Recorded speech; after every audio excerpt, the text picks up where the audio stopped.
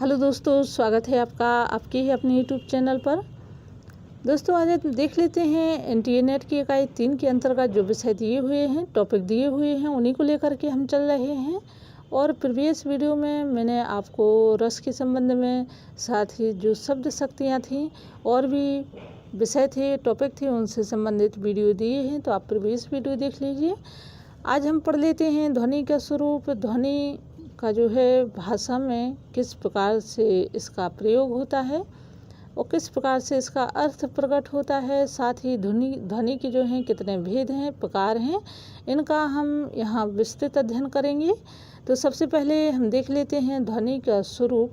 आचार्य आनंदवर्धन ने ध्वनि सिद्धांत का प्रतिपादन किया तथा ध्वनि को काव्य की आत्मा के रूप में मान्यता दी, जहाँ प्रत्यक्ष अर्थ में से कोई दूसरा ही अर्थ प्रकट हो और वह नया अर्थ उसके प्रत्यक्ष अर्थ की अपेक्षा अधिक चमत्कारपूर्ण हो, उसे ध्वनि कहते हैं। तो यहाँ पर ध्वनि सिद्धांत के प्रतिपादक कौन थे? आनंदवर्धन। ध्वनि को काव्य की आत्मा के रूप में मान्यता किसने दिलाई? आनंदवर्धन ने दिलाई। ध्वनि कहाँ प्रकट होता है? तो कहाँ पर होता है ध्वनि सिद्धांत? जहाँ प्रत्यक्ष अर्थ में से कोई दूसरा ही अर्थ प्रकट हो, वह नया अर्थ उसके प्रत्यक्ष अर्थ की अपेक्षा अधिक चमत्कारपूर्ण हो, उसे ध्वनि कहते हैं। आगे हम देखते हैं कि ध्वनि के कितने भेद हैं। ये मोस्ट इम्पोर्टेंट है वीडियो आपके लिए, पूरा वीडियो देखिए, क्योंकि आपकी परीक्षा की दृष्टि से सभी परीक्षाओं के लिए महत्वपूर्ण है और विशेष रूप से एनटीए नेट जीआरएफ जिनका टारगेट है उनके लिए तो बहुत ही लाभदायी होने वाला है, क्योंकि हम सिलेबस के अकॉर्डिंग चल रहे हैं। ध्वनि के 3 भेद माने गए हैं। कौन कौन से हैं? रस ध्वनि, अलंकार ध्वनि और वस्तु ध्वनि। रस ध्वनि के अंतर्गत रस की व्यंजना, अलंकार ध्वनि के अंतर्गत अलंकारों की व्यंजना और वस्तु ध्वनि में विषय की व्यंजना सम्मिलित है। ये आपको याद रखना है। इन तीनों में रस ध्वनि को सर्वश्रेष्ठ माना गया है। ये महत्वपूर्ण तथ्य हैं। रस ध्वनि को सर्वश्रेष्ठ माना गया है। मुख्य रूप से ध्वनि के 2 भेद किए गए हैं और ये दो भेद कौन कौन से हैं? ध्वनि के 2 भेद हैं। नंबर 1 अभिधामूलक ध्वनि और नंबर 2 है लक्षणामूलक ध्वनि। अभिधामूलक ध्वनि के अंतर्गत क्या बताया है? इसके भी 2 भेद हैं। अभिधामूलक ध्वनि के 2 भेद किए गए हैं। नंबर 1 है असंलक्ष क्रम ध्वनि तथा दूसरा है संलक्ष क्रम ध्वनि। आगे हम देखते हैं वाच्यार्थ के साथ ही व्यंग्यार्थ के भाव को असंलक्ष ध्वनि कहते हैं।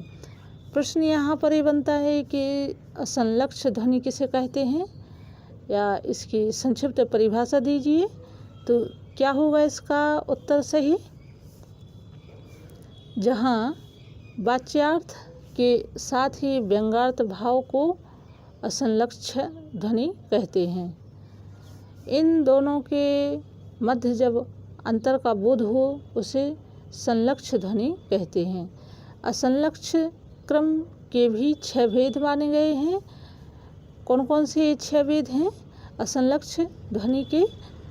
तो यहाँ पर 6 भेद हैं। नंबर 1 है पदगत, नंबर 2 है पदांशगत, 3 है वाक्यगत, 4 नंबर है वर्णगत, 5वां नंबर है रचनागत तथा प्रबंधगत ध्वनि आती हैं। इसके अंतर्गत असंलक्ष क्रम ध्वनि के अंतर्गत यह 6 भेद माने गए हैं।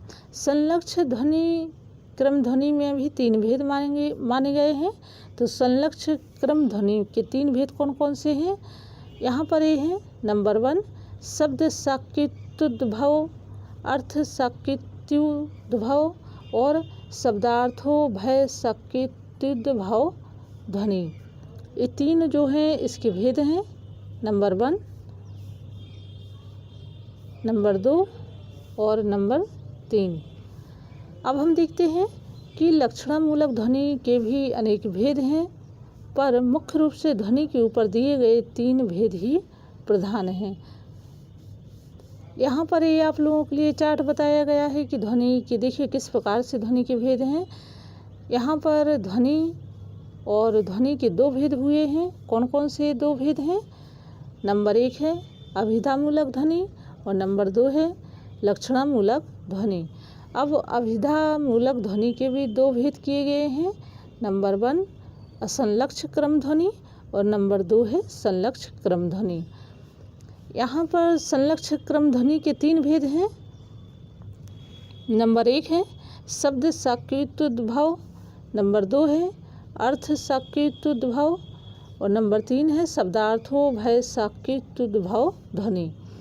यहाँ पर असंलक्ष्य क्रम ध्वनि के भेद किए गए हैं। तो असंलक्ष्य क्रम ध्वनि के 6 भेद किए गए हैं। वही मैंने जो पहले बताया है आपको। कौन कौन से हैं? पदगत, पदांशगत, वाक्यगत, वर्णगत और रचनागत, साथ में प्रबंधगत जो है इसके असंलक्ष्य क्रम ध्वनि के भेद हुए हैं। तो इसके 4 भेद किए गए हैं,